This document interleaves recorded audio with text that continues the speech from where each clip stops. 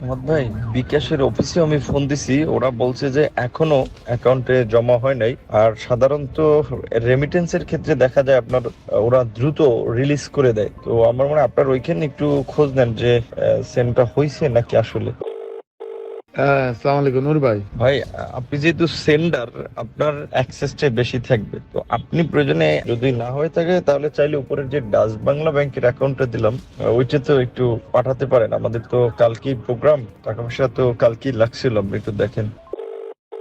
কালকের সমাবেশটা আমাদের ওইখানে একটু খরচ টরচ, এই জন্য টাকাটা একটু জরুরি প্রয়োজন। তো কিছু টাকা যদি সম্ভব হয় ডাচ বাংলা ওখানে দিয়ে দেন।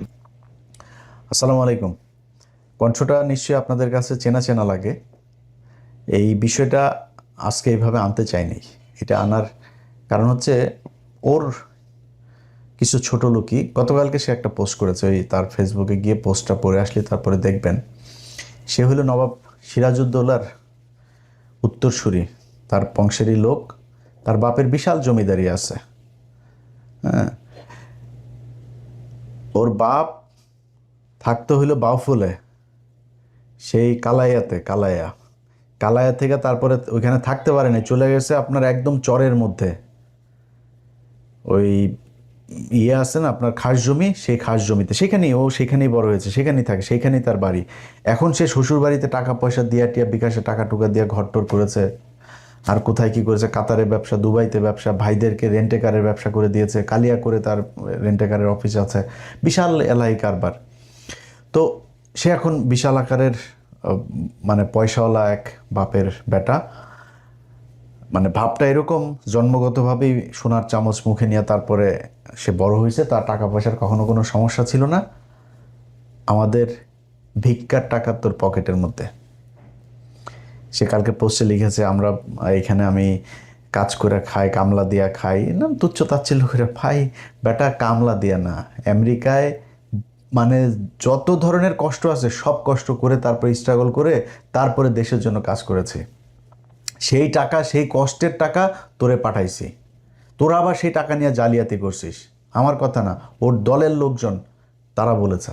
প্রতি মাসে প্রবাসীরা এই চাঁদাটা দেয়, আমাদের একটা রিসিট পাওয়ার কথা, কিন্তু আমরা এই রিসিটটা পাই না। প্রতি মাসে আমরা রিসিটের জন্য এই আলোচনা হয়, অর্থ কমিটির হিসাব নিয়ে আলোচনা হয়, কিন্তু অর্থ কমিটি কোনো মাসেই স্বচ্ছ একটা হিসাব আজ পর্যন্ত দাঁড় করতে পারে নাই।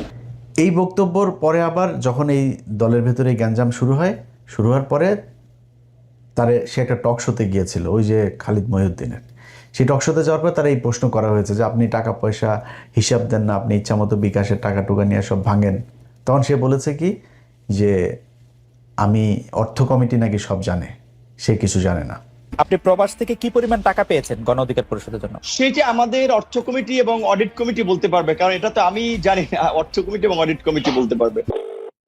হ্যাঁ, আসসালামু আলাইকুম নূর ভাই। ভাই, আপনি যেহেতু সেন্ডার, আপনার অ্যাক্সেসটা বেশি থাকবে। তো আপনি প্রয়োজনে যদি না হয়ে থাকে তাহলে চাইলে উপরের যে ডাচ বাংলা ব্যাংকের অ্যাকাউন্টটা দিলাম, ওইটাতেও একটু পাঠাতে পারেন। আমাদের তো কালকেই প্রোগ্রাম, টাকা পয়সা তো কালকেই লাগছিল, আপনি একটু দেখেন।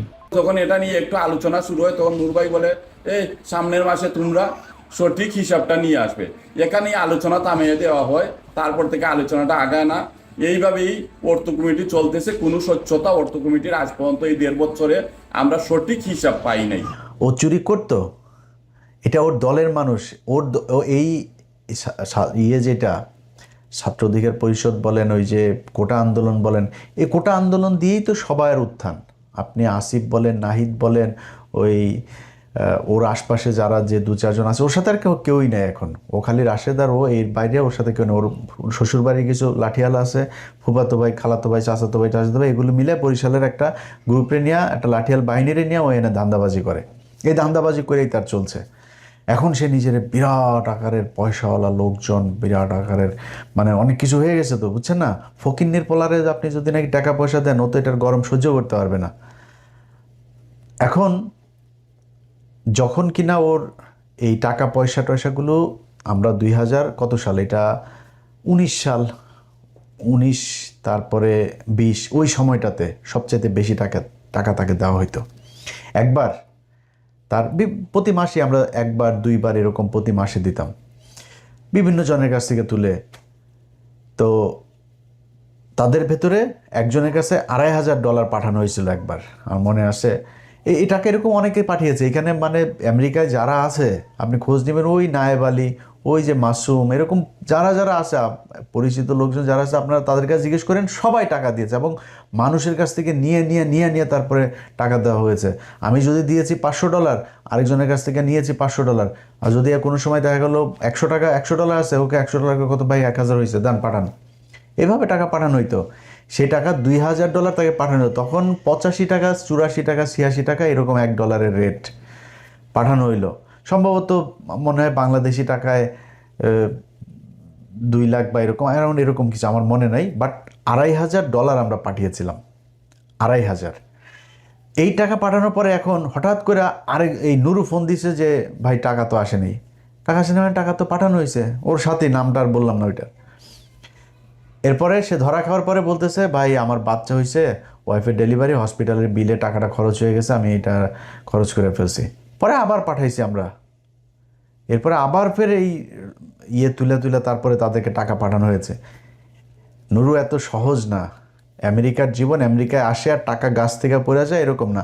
এখানে যারা স্যুট টুট পরেও বাংলাদেশে যায় না, এরা এখানে কে কী করে, তোর তো 14 গোষ্ঠীর মধ্যে মনে হয় আমেরিকা কেউ থাকে না, থাকলে জিজ্ঞেস করিস। ফকিন্নির বাচ্চা, তুই যে ভাব মারিস এখন, তোর যদি টাকা পয়সা সারা জীবনে যদি তুই বাংলাদেশের সালমান এফ রহমানও হইস, তাও আমরা বুঝবো তুই যে ফকিন্নির পোলা, তোর বাপ চরে থাকতো, তোরা এই কালায়া থেকে যায়, তারপরে তোর থাকার ঘর ছিল না, সেখানে কালায়াতে গিয়ে থাকতে, এটা আমরা জানি। এটা তুই কি ঠিক করতে পারবি? এই কথাগুলো আজকে আনতে চাই নেই।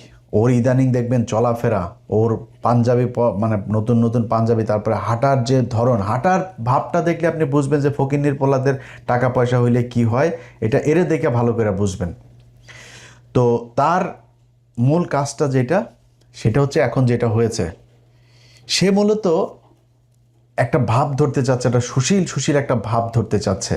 মাঝে মাঝে দেখবেন মবের বিরুদ্ধে কথা বলে, মব হচ্ছে এই সে এরকম কথাবার্তা বলতো, দেখতেন না?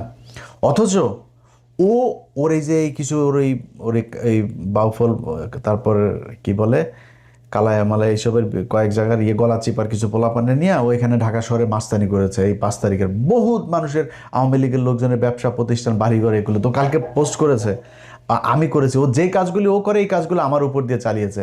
তুই নুরু শোন, তোর একটা কথা বলি, তোর কোনো বাপেরে যদি কোনোদিন জানতে পারিস যে ইলিয়াস কোনো ব্যবসা প্রতিষ্ঠানে কোনো কারোর কাছে যায়, তারপরে চাঁদাবাজি করছে, কারোরে তদবির করে করছে, বেটা বদলি করা তো পরের কথা, তদবির করছে কি না তুই এটা খোঁজ নিস, যায় কারোরে কোনদিন করছে কিনা। যদি একটা দেখাইতে পারিস, নিজের জুতা দিয়ে নিজের গালে লাগাবো।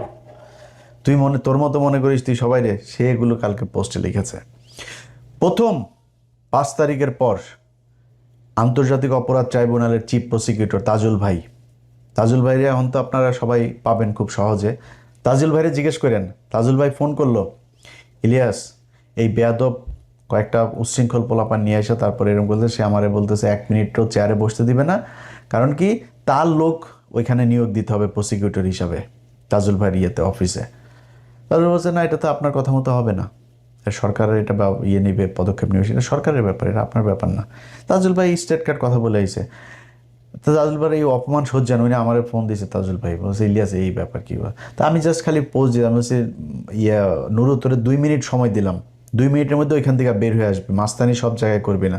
আচ্ছা তাজুল ভাইরে আমি ভীষণ পছন্দ করি। সাথে সাথে রাশেদ ফোন দিছে, বলি ভাই আপনি এই পোস্টটা ভাই ডিলিট করেন, আমরা ভাই এখান থেকে চলে যাচ্ছি। সরে আসছে। আচ্ছা, স্বাস্থ্য মন্ত্রণালয়ের একজন স্বাস্থ্যমন্ত্রী একজন ব্যক্তিগত সহকারী ছিল। সেই ছেলেটা একজন জুলাই যোদ্ধা, তার হাত দিয়ে বহু জুলাই এই যুদ্ধে আহত বহু মানুষকে সে এই সুস্থ করেছে। এইটার কারণেই তাকে এই মন্ত্রীর পিএস বানানো হয়েছিল।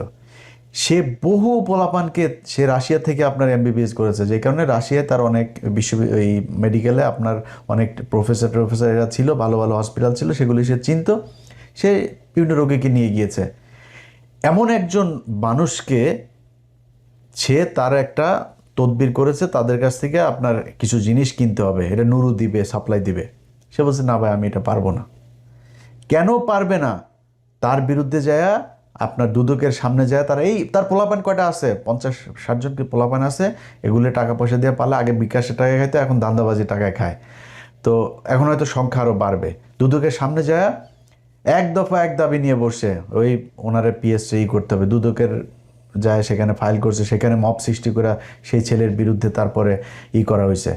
সেই পিএস আমার ফোন দিল, ভাই এই ব্যাপার। আমি সাথে সাথে এটা খোঁজ নিলাম, নিয়ে দেখলাম যে ছেলে খুব ভালো। সে বাইরে তখন দুদকে সে যখন করেছে, আপনার কমপ্লেন করেছে, সে তখন রাশিয়াতে। এই নুরু বলেছে দুদককে যে সে রাশিয়া পালিয়ে চলে গিয়েছে, অথচ নুরু তখন একজন রোগী, খুব সিরিয়াস একজন রোগী। আপনাদের মনে আছে যে যার ওই যে মুখ দিয়ে আপনার এই নাকটাক এগুলো সব যে একদম হয়ে গিয়েছিল আর কি, বিকৃত হয়ে গিয়েছিল, সেই ছেলেকে সে ওইখানে ট্রিটমেন্ট নিয়ে দিতে গিয়েছে। সেই ছেলেরও বক্তব্য আমাকে পাঠিয়েছে, শোনেন আপনারা। আমি শ্রীকন্তম্ব ভগবান এমনিতে সবাইকে দাদা নমস্কার ও রচি ভালোদের আসসালামু আলাইকুম। এই জুলাই আন্দোলনে শুরু হওয়া 5 আগস্টে সফল আহতদের নিয়ে যে গাছপার কাজ করেছেন, এই গাছপার হচ্ছেন ওষুধের স্বাস্থ্য ওষুধের ধরনের ব্যক্তিগত কর্মকর্তা ডাক্তার মাহমুদুল হাসান। ইন্দিরাও তিনি শেষে রাশিয়া আমার ছাত্র গিয়েছিলেন উন্নত চিকিৎসার জন্য। তো আমি এখন শুনতে চাচ্ছি ওনার নামে অনেক মিথ্যা গুজব ছড়াচ্ছেন, উনি নাকি কোটি কোটি টাকা রাশিয়া সাক্ষাৎ করেছেন। আরও শুনতে চেয়েছি উনি নাকি বাংলাদেশে আসবেন না। তো আমি তো দেখছি এখন উনি বাংলাদেশে আছেন। কিছু কিছু শুদ্ধভাবে লোক থাকেন যারা মিথ্যা অপবাদ ছড়াচ্ছেন। আমি তাই এসবের এখন দেখতে বলতে চাই যে তারা যেন একজন মানুষকে কাটতি থেকে বরখাস্ত করা দেয়, যেন থেকে ঠিকমতো কিছু নিয়ে খাটরি। কারণ এই বিষয়টি কিছু করলাম, তাহলে এটা আমাদের দেশের জন্য খুবই দুঃখজনক। এমনকি আসাম নামের ভাই অনেক ভালো মানুষ, তিনি আমার সাথে ছিলেন প্রায় 2 মাসের মতো। সেখানে আমি দেখেছি উনি অনেক ভালো মানুষ। আচ্ছা, এরপরে হলো তার এলাকার আপনার কালাইয়া, সেখানে আপনার গলাচিপায়, সেখানে আপনার করছে গলাচিপাতে ওইখানকার ইউএনও ছিল। সেই ইউএনওর কাছ থেকে 72 লক্ষ টাকা একদম 5 তারিখের পরপরই 72 লাখ টাকা খেয়ে দিছে। সেই খাওয়ার আবার একটা কঠিন কৌশল করে তারপরে সে খাইছে। ওই লোক আওয়ামী লীগের লোক, তারা বলছে তো আপনারা আমি রাখবো, আমি কি পাবো। তখন সে একটা সিস্টেম করছে যে নুরুকে সংবর্ধনা দিবে। এই সংবর্ধনার কথা বলে 72 লাখ টাকা খরচ করছে একটা সংবর্ধনার পিছনে। এটা সেই ইউএনওর সেই মধ্যে এখনো পর্যন্ত আছে। অতএব সেইখানে যখন 72 টাকা খরচ করতে হলে তো একটা হিসাব খরচটাও দেখাইতে হবে। প্যান্ডেল করছে, বিশাল এক প্যান্ডেল। এই যে প্যান্ডেল আপনারা দেখতেছেন, এইটা লোকজন নাই, খালি জায়গা। নুরু যায় থাকবে, 1 রাত থাকবে। 1 রাতের জন্য একটা এসি কেনা হয়েছে। সেই এসি রুমের মধ্যে নুরু থাকতে হবে। নুরুর বাপ তো হইল গিয়া জমিদার, নুরু জীবনে তো এসি ছাড়া ঘুমায় নাই। নুরুর জন্য এসি কিনতে হয়েছে 1 রাতের জন্য। এই এসি মিসি কিনা আমার কাছে ওই পুরা এই কাগজ আছে, এই যে তালিকা দেখছেন, এই বিভিন্ন নামে দেখায় টোটাল প্রায় 73 লাখ টাকা সে ওখান থেকে উঠাইছে। এই টাকাটা পুরা নুরু মেরে দিছে। এইভাবে সে এই 5 তারিখের পর থেকে পুরা সময়টাতে সে আপনার নানান ধরনের টাকা লুটপাট করছে। তো এই ফকিন্নির পোলার আপনার পা থেকে মাথা পর্যন্ত পুরাটাই দুর্নীতি, অনিয়ম, মানুষের টাকা আত্মসাৎ, এটাতে ভরা। সে জীবনে কোনো দিন আওয়ামী বিদ্বেষী ছিল না, সে আওয়ামী বিরোধী জীবনও কখনো ছিল না। তার রক্তের মধ্যে আওয়ামী লীগ। তার বাবার একটা বক্তব্য আপনারা শোনেন, তার বাপ তারে নিয়ে কি বলে। রাজনৈতিক ছিল বঙ্গবন্ধু শেখ মুজিবুর রহমান। এটা যদি আমি বলি যে সে ছিল না, তাহলে আমি ভুলের রাজ্যে বসবাস করি। আজাদ এখন বাংলাদেশে বঙ্গবন্ধুর পর দ্বিতীয় নেতা ভিপি নূর। আমি আপনাদের কাছে আর একটা কথা বলি, আমি এখান থেকে বিদায় নেব। বিএনপি কিন্তু রাজনীতি করিয়া এই দেশ, তারপরে জাতীয় পার্টি কি রাজনীতি করিয়া ক্ষমতায় আছে? কি বলেন? জাতীয় পার্টিও রাজনীতি করে আসে নাই, বিএনপিও রাজনীতি করে আসে নাই, বঙ্গবন্ধু রাজনীতি করে আসে। বাবর প্রত্যেকের দোয়া সে এখন জাতীয় নেতা। তার সামনে বাংলাদেশে এখন জাতীয় নেতা আর নাই। মনে মনে কলা খায় ওনাগো নেতায়, তার সাথে যোগাযোগ করে তারেক রহমান। তোমরা এইখানে বইয়া ছোলা কলা খায়। তার এলাকার আরেকজন আছে, সেও তার আত্মীয়, সেও ওইখানকার আওয়ামী লীগের পদে ছিল। সেই লোক তাকে হইল গিয়া এই গলা চিপার আপনার বানাইছে, বাউফলের আপনার শেখ মুজিব বানাইছে। শুনেন তার বক্তব্য। যিনি এই সারা বিশ্বে যাকে চেনে তিনি হলো নূর ভাই।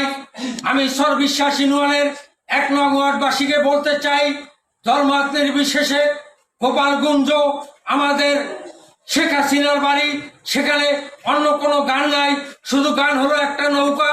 আমাদের এই 10 মিলে গলা চিবা, আমরা তরে ভোট দেবো না, আমরা ভোট দেবো চরে। আমাদের গান হলো একটা, সেটা হলো সর্ববিশ্বাস ইউনিয়ন কিন্তু গোপালগঞ্জ নামে পরিচিত। আপনারা তার শেখ হাসিনার সাথে যেদিন সে কিনা ওই যে ভিপি নির্বাচিত হয়, ভিপি নির্বাচিত হওয়ার পরে শেখ হাসিনার সাথে তো নিশ্চয়ই আপনারা তার বক্তব্যগুলো শুনছেন। আমি আজকে আবারও আপনাদেরকে শোনাই, এটা হয়তো অনেকেই মিস করে গেছেন। সেখানে বক্তব্যটা আগে আমরা শুনে আসি। আমিও যেটা বলেছি যে আমি ছাত্রলীগের কর্মী ছিলাম না, শুধু ছোটোখাটো একটা নেতাও ছিলাম, হলের পোস্টেড ছিলাম। আর আমি বিভিন্ন প্রোগ্রামে গিয়েছি, আমি দেখেছি নেত্রীকে ঢাকা মেডিকেল যখন বার্ন ইউনিটে বিএনপির আন্দোলনের সময় যখন আছে বিভিন্ন অকারেন্সগুলো ওঠে, তখন তিনি গিয়েছেন। আমরা রাস্তার পাশে দাঁড়িয়েছি, তাকে দেখেছি গাড়ির কালো গ্লাস থেকে, স্পষ্ট দেখতে পারিনি, টিভিতে দেখেছি। আর আজকে দেখার পর আমি অনেকক্ষণ চেয়ে রয়েছি। আমি 2.5 বছর বয়সে আমার মা মারা যায়, আর আমার ছোটো ভাইকে এখানে এসেছে, ওর বয়স ছিল তখন 1 বছর। আমার মায়ের এটা আমি যতটুকু মনে করতে পারি, আমি সেটা খুঁজে পেয়েছিলাম আমার প্রাইমারির একজন শিক্ষিকার মধ্যে, আমি যেই প্রাইমারিতে পড়েছি। আর আজকে আমি মাননীয় প্রধানমন্ত্রী এতদিন টিভিতে আমি ওভাবে দেখতে পারিনি, কিন্তু আজকে দেখে আসলে আমার মনে হয়েছে যে তার মধ্যে আমার মায়ের চেহারাটা আমি কিছুটা দেখতে দেখি, এরকম একটা জিনিস হচ্ছে। সেজন্য অনেকে আসলে বিভিন্ন উপাধিতে বলে থাকেন। আর আমরা একটা জিনিস দেখেছি যে আসলে তিনি প্রধানমন্ত্রী হিসেবেও, আমি বলবো না তিনি প্রধানমন্ত্রী, তিনি সবার প্রধানমন্ত্রী, তারপরও তার কিছু স্পেশাল আসলে ক্যারেক্টার যেটা আমরা দেখেছি, যে কখনো ছোট শিশুকে কোলে নিয়ে মানে একদম সিম্পল একজন যে নারীর যে ভূমিকা, সেই ভূমিকা অবতীর্ণ। আবার যখন দেখেছি আন্দোলন সংগ্রামে মানে তার শুনেছি ওই সময়ের তার সেই মানে ছাত্র রাজনীতি থেকে উঠে এসেছে, তার কৃতিত্বের কথা আমরা শুনেছি। আর বঙ্গবন্ধুর কথা তো এটি আসলে তো শুধু আমরা না, সারা বিশ্বের মানুষ জানে। আর তার সুযোগ্য কন্যা যদিও শেখ রেহেনা আপা আমরা রয়েছে, কিন্তু এটি তো আমরা মানে সবার মধ্যে সব গুণ এককভাবে থাকে না, কিন্তু আপা আমরা মনে করি যে আসলে যেটা বঙ্গবন্ধুর মধ্যে অনেকে বলে যেটা ছিল, তার পুরোটা মনে হয় যে আমাদের নেত্রী পেয়েছেন। আমার আপার প্রতি অনুরোধ থাকবে যে আসলে অনেকে, যেটা আমি আপা বলতে চাইনি, কারণ আমি আসলে মানে মায়ের ওই জায়গাটাকে তাকে দেখতে চেয়েছিলাম, কিন্তু সবাই ছাত্রলীগ, আমিও যেটি করেছি সবাই আপা আপা বলে, এই জন্য আমার মুখ থেকে ঘটনাটা বের হয়েছে যে আমার ছাত্রলীগের ভাই বন্ধুরাও কেন যেন আমাকে আসলে জামাত শিবির বানানোর জন্য তারা খুব একটি অপপ্রচার করেছিল। তাদের ছাত্রলীগের এতগুলো এরকম একটা পোস্টে থাকা অবস্থায়, আর আপনারা দেখেছেন যে আমার পরিবারের, আমি আশা করি যে মাননীয় প্রধানমন্ত্রীর কাছে আমার পরিবারের সকলের মোটামুটি একটা তথ্য আছে, সেখানে দেখেছেন যে আমার পরিবার আসলে মানে পুরো পরিবারে ছিল আওয়ামী ব্যাকগ্রাউন্ডের। কিন্তু আসলে আমি অনেক কথাই বলতে চেয়েছিলাম, কিন্তু আবেগ ভালোবাসায় অনেক কিছুই ভুলে যাচ্ছি। জয় বাংলা, জয় বঙ্গবন্ধু। আর আমি প্রধানমন্ত্রীর অনেকটা প্রোটোকল, এই কারণে আমি অনেকটা আমার একটু ইচ্ছা ছিল যে বঙ্গবন্ধু শেখ মুজিবুর রহমানকে কখনো তো দেখিনি, তার কথা শুনেছি। আর তার গান, যেটি আমি ক্লাস 5-এ একটা গান খুব ভালো লেগেছিল, আমাদের স্কুলের মাঠে মুক্তিযোদ্ধা সংসদ সন্তান কমান্ডের আয়োজনে একটা প্রোগ্রাম ছিল, ওখানে এরকম একটা গান ছিল, যদি রাত পহলে শোনা যেত বঙ্গবন্ধু মরেনি, তাহলে আমরা পেতাম জাতির পিতা বিশ্ব পেত মহান নেতা, এরকম একটি গান। আর বঙ্গবন্ধুর প্রেমে তো সবাই পড়েছে। আর আমার যেহেতু আমি বলেছি আমার মাকে আমি সেই 2.5 বছর বয়সে হারিয়েছি, আমাদের প্রথমে আমার ইচ্ছা ছিল যে আমি মাননীয় প্রধানমন্ত্রীকে, যেমন ভারতের নরেন্দ্র মোদী আমরা দেখেছিলাম মাননীয় প্রধানমন্ত্রী যখন গিয়েছেন কোনো রকম প্রোটোকল ব্রেক করেই তিনি তাকে ওয়েলকাম জানিয়েছিল, আমার একটা ইচ্ছা ছিল তাকে মানে একদম ঝটিকা আগে তাকে সালাম করাটা, কিন্তু আমি ভাবছি তার পিছনে যেহেতু তার নিরাপত্তা রক্ষীরা রয়েছে সেটা বিঘ্ন ঘটবে কিনা, এই জন্য আমি যাইনি। আমি একটু প্রধানমন্ত্রী আপনাকে একটু, যেহেতু আমার মা নাই, আমি বলেছি আমার সেই মাতৃত্বের ছায়াটা আমি দুজনের ব্যক্তির মধ্যে খুঁজে পেয়েছি, সেটা আমার শিক্ষিকা এবং হচ্ছে আপনি। আমি একটু আপনাকে সালাম করতে চাই।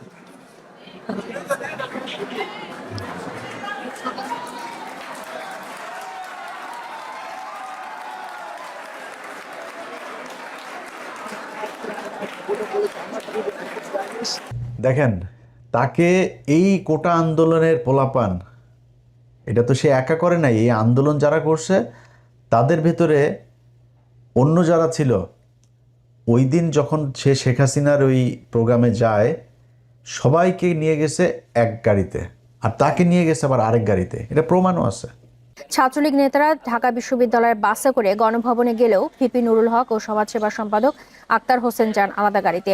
এই আলাদা গাড়িতে নেওয়ার কারণ হচ্ছে তারে শেখ হাসিনা ওই দিনই তাকে পারচেজ করে, সে ওই দিন তার কাছে বিক্রি হয়ে যায়, এবং যেই কারণে যারা তার সাথে এতদিন আন্দোলন করছিল তারা আবার ঢাকা বিশ্ববিদ্যালয়ে পরের দিন সংবাদ সম্মেলন করে এটার অভিযোগ করে। কিন্তু আমরা মনে করি তিনি যে বক্তব্য পূর্বে দিয়েছেন এবং গতকাল যে বক্তব্য দিয়েছেন, এটি এক ধরনের মানে টোটাল আন্দোলনের স্পিরিটের জন্য ক্ষতিকর বলে আমরা মনে করি। যে আন্দোলনটা যে গতিতে যাচ্ছিল এবং তার মুখের দিকে সারা দেশে ঢাকা বিশ্ববিদ্যালয়ের ছাত্র সমাজ তাকিয়েছিল, এটি ঢাকা বিশ্ববিদ্যালয়ের ছাত্র সমাজকে যথেষ্টভাবে হতাশ করেছে বলে আমরা মনে করি। তার সাথে গতকাল তিনি গণভবনে বক্তব্য দেওয়ার পরে তার সাথে আমরা এখনো মিটিংয়ে বসতে পারিনি।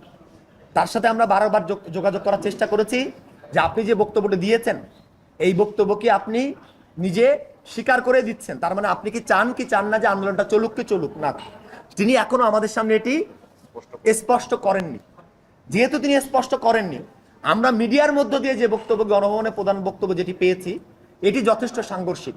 এখন তিনি যদি এই বক্তব্যকে ধরে রাখেন তো নিশ্চয়ই সেটা ছাত্রদের যে স্পিরিট সেটার সাথে প্রতারণাপূর্ণ। তিনি যেটি বলেছেন যে এই একটা নির্বাচন করতে গেলে কিছু ছোটখাটো ত্রুটিপূর্ণ থাকে, আমরা প্রত্যাশা করি আগামীবার যে নির্বাচনটি হবে সেই নির্বাচনটি যথেষ্ট সুষ্ঠু হবে। আমরা মনে করি এই নির্বাচনটি, তিনি যে বক্তব্য প্রদান করেছেন আর এই বক্তব্যটা যথেষ্ট সাংঘর্ষিক।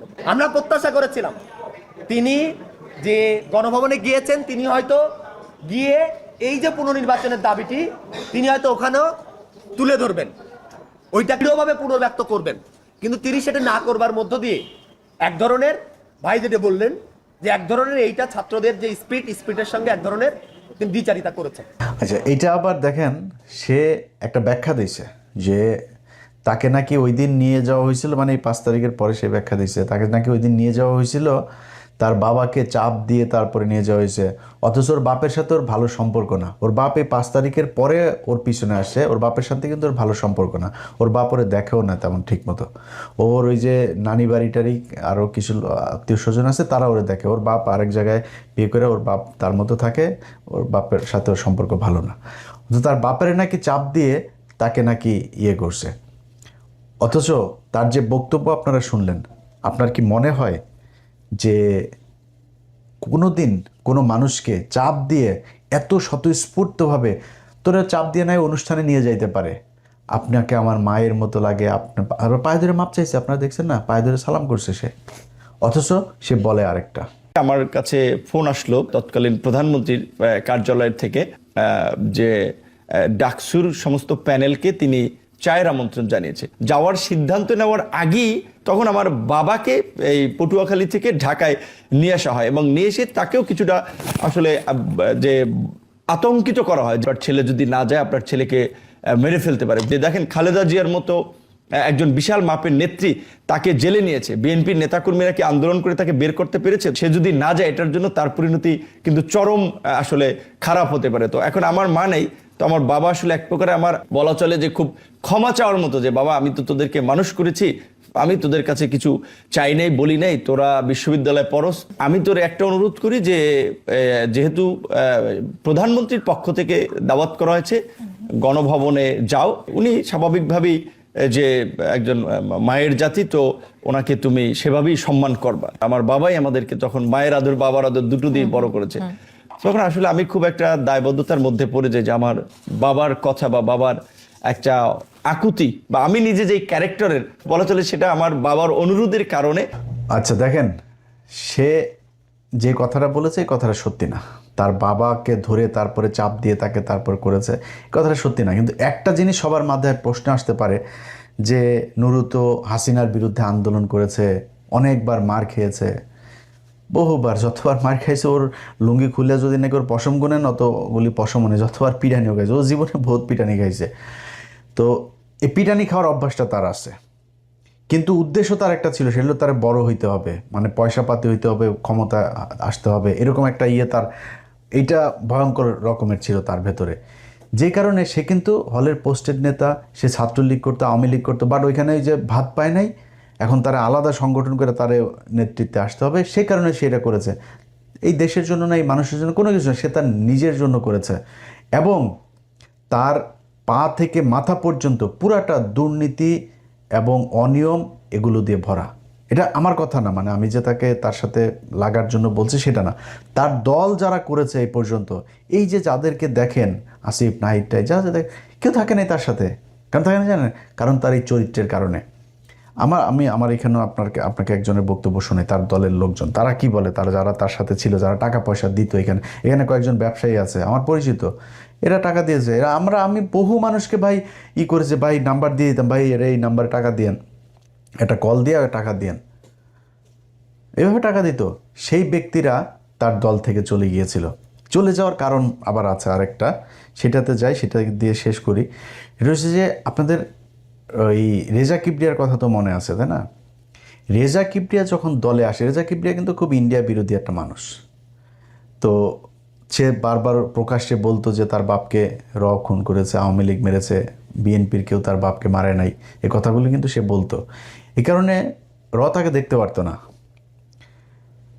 তখন এই নূরের সাথে হাসিনার সম্পর্ক খুব ভালো, এবং হাসিনা তখন নুরুকে পুরো একদম কিনে ফেলেছে।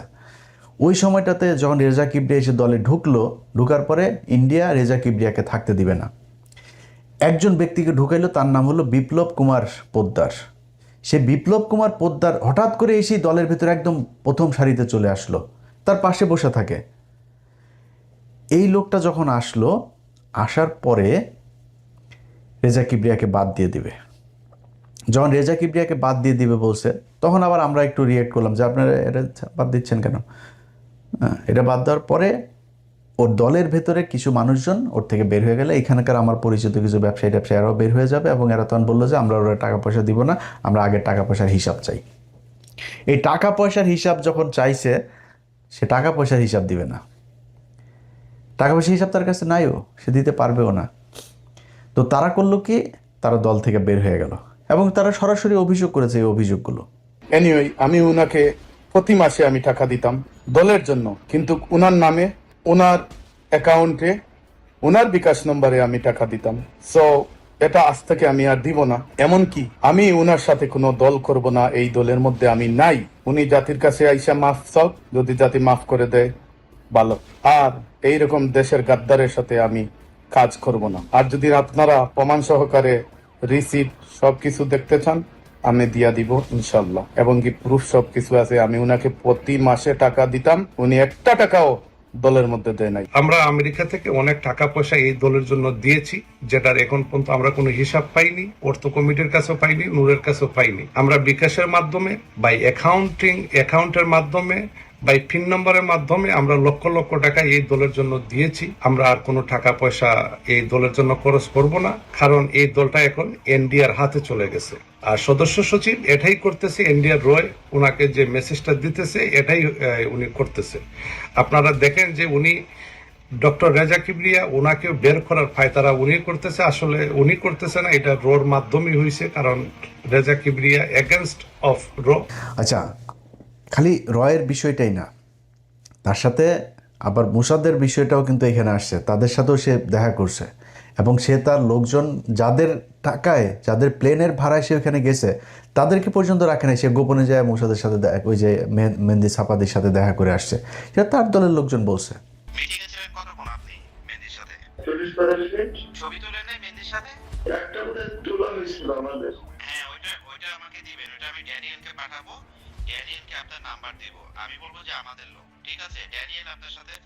He was meeting with Safadi about this issue.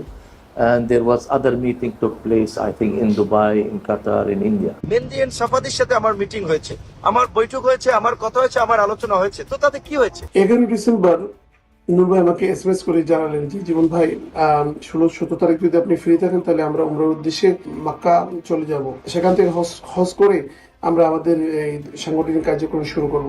আমি বললাম ঠিক আছে, আমরা চলে যাবো, সমস্যা নেই। তো যখন তারিখটা কাছাকাছি আসলো তখন আমাকে তিনি 19 তারিখে ফোন দিলেন, বললেন জীবন ভাই আমি চলে যাচ্ছি, একজন ভালো ডোনার পাওয়া গেছে যে কিনা আমার টোটাল ফেয়ারটা বেয়ার করবে। তখন আমাকে বললেন আমার তো কিছু অ্যাপয়েন্টমেন্ট আছে, যেহেতু আমরা একসঙ্গে যাচ্ছি আপনাকে বলা উচিত, এখানে আমার মোসাদ সহ বিভিন্ন গোয়েন্দা সংস্থার সঙ্গে দেখা হবে, আমাদের একসঙ্গে যেতে হবে। তো আমি ওনাকে স্ট্রেট বলে দিয়েছিলাম ওই সময় যে জি না, আমরা তো হজ করতে যাচ্ছি, এই মুহূর্তে আমি এই ধর্মীয় অনুভূতি এবং রাষ্ট্রীয় বিরোধী কোনো কাজ কর্মকাণ্ডে অংশগ্রহণ করব না, আপনি কাতার চলে যান আর আমি মক্কা চলে যাই। তখন উনি কাতারে প্রবেশ করলেন আর আমি মক্কার উদ্দেশ্যে রওনা করলাম। আমি মক্কায় 18 দিন থাকার পর উনি মক্কা যখন আসলেন তখন আমার সঙ্গে দেখাও ওনার হয় নাই। তো টোটাল সাংগঠনিক সফরটা আমাদের একসঙ্গে ছিল, কিন্তু আমরা একে অন্যের সঙ্গে কখনো দেখা হয়নি, কারণ একটাই বিষয়, আমি ওনার সঙ্গে দ্বিমত পোষণ করেছিলাম। তাই এবার এই যে বিভিন্ন দেশের গোয়েন্দা সংস্থা এবং যারা আমাদের শত্রু হিসাবে আমরা যাদেরকে ট্রিট করি, সেই সব দেশের গোয়েন্দা সংস্থার সাথে যায় যেই নেতা তারপরে গোপন গোপন বৈঠক করে, সেই বৈঠকে কি কথা হয়েছে কি আমাদের দেশের মানুষকে আজও পর্যন্ত সেটা জানতে দেওয়া হয় নাই। এবং হাসিনাও কিন্তু তাকে কিছু বলে নাই, কারণ হাসিনার সেই রয়ই তাকে সেই মিটিংগুলো করাইছে, যে কারণে তাদের কোনো সমস্যা নেই। সে কিন্তু এখান থেকে আসার পরে বিমানবন্দর থেকে তাকে অফিসে নিয়ে যাওয়া হয়েছে, তারপরে সেখান থেকে নিয়ে যাওয়া হয়েছে ভারতীয় হাই কমিশনে, তার লোকজন বলছে এগুলি। দুবাইতে আইসা যে মেহেদী সাফাদির সাথে মিটিং করলেন, প্লাস ওইখান থেকে যাওয়ার পর বাংলাদেশে এনডিআর বা গোয়েন্দা বা হাই কমিশনারের সাথে মিটিং করলেন, এটা কিন্তু আমাদের দলের জন্য কাম্যকর নয়। উনি যে কাজটা করছেন দেশদ্রোহী, তাই আমি খুবই দুঃখ পাইছি। দেখতেছেন কিছুদিন থেকেই আমাদের গণ অধিকার পরিষদে একটা বিশৃঙ্খলার সৃষ্টি হয়েছে। দুঃখজনক হলে বিষয়টা সত্যি, বিপ্লব কুমার পোদ্দার উনি যখনই আমাদের দলে আসলেন তারপর থেকে আমাদের দলের সমস্যাটা শুরু হয়েছে। কারণ বিপ্লব কুমার পোদ্দার উনি একজন রোর এজেন্ট, আমাদের সদস্য সচিব বিপি নুরুল হক নূর উনিও একজন রোর এজেন্ট। উনি ইন্ডিয়ান হাই কমিশনার সঙ্গে দেখা করেছেন, রোর সঙ্গে ওনার কন্টিনিউ যোগাযোগ আছে। উনি ডাম বাম কিছু বুঝতেছেন না, উনি যা ইচ্ছা তাই করতেছে। এটার একমাত্র কারণ হয়েছে ওনার যে মিশনটা, যে ওনার মিশনটা না, রোর যে মিশনটা, এই মিশনটাইকে কিন্তু উনি কমপ্লিট করতেছে। এই হচ্ছে নুরুর আসল চরিত্র। এবার বাকিটা আপনাদের। নুরু এখন মন্ত্রী হয়ে গেছে, মন্ত্রী এসে নিজের মনে করছে সে কুয়ার ব্যাংক, সে এটা মনে করারই বিষয়, বাট দিন এটাই শেষ না। নুরু, তোমার কপালে ওই আগে যেরকম খাইতে না, ওই জিনিস তোমার কপালে আরও বহুত আছে। ওই যে গলা চিপার লোকজনই তোমারে খাইয়ে দেবে। বিএনপির লোকজনের সাথে তোমার এখন হালকা পাতলা বাঁধে না, হালকা পাতলা না, ভারী ভারী খাওয়া তুমি সামনে। আল্লাহ যদি বাঁচায় রাখে এগুলো দেখব। তো শেষ করার আগে খালি তোমার একটা জিনিস বলে রাখি, যে তুমি আমার নিয়ে যখন কথা বলবা না, তো তুমি হিসাব করবা, হ্যাঁ, যে তুমি কারে নিয়ে কথা বলতেছো। ধরো কথার কথা তুমি আমার টাকা পয়সা নিয়ে কথা বলবা, আমার বাপের কি আছে ওইটাকে একটু খোঁজ নিবা, হ্যাঁ, আমার কি আছে, আমার কয়টা টাকা আছে সেটাও আবার খোঁজ নিবা। মানে আমি তো এখানে কাজ করি, তাই না, আমার কাজ করার মধ্যে আমার তো হাজার হাজার কোটি টাকা নেই, কিন্তু যেটুকু আছে সেটা আমার কাজ করে তারপরে যতটুকু আমি উপার্জন করছি ওইটা কতটুকু আছে, তুমি কি কাজ করো ওইটা একটু হিসাব করবা। ভিক্ষা করে খাইয়া, যার কাছ থেকে ভিক্ষা চায়া খাও, তারে নিয়ে আবার টাকা পয়সা, তুই একটা অন্য আলাপ করতে পারতি। তুই কালকে ফেসবুকের পোস্টে তুই তহিদ আফ্রিদিকে ছাড়াইছিস, সেই তহিদ আফ্রিদিকে ছাড়াইতে গিয়া তারপরে কয় টাকা নিছিস না নিছিস কি করছিস, তহিদ আফ্রিদি কি ছাড়া পাইছে কিনা তোর পোস্টে কিন্তু সেই আলোচনায়। আমি তোরে এখন নতুন করে ধরছি কেন, কারণ আমি আপনাদেরকে এই ভিডিওর মাধ্যমে জানাই রাখি, তহিদ আফ্রিদি জামিনে বের হয়ে গিয়েছে। তাকে খুব সুকৌশলে দেশ থেকে বের করে, আমি জানি না সে দেশ থেকে বের হইতে পারছে কিনা, বাট তাকে সুকৌশলে দেশ থেকে বের করার চেষ্টা চলছে। এই নুরু করেছে সব কিছুর একদম অর্গানাইজ করেছে এই নুরু।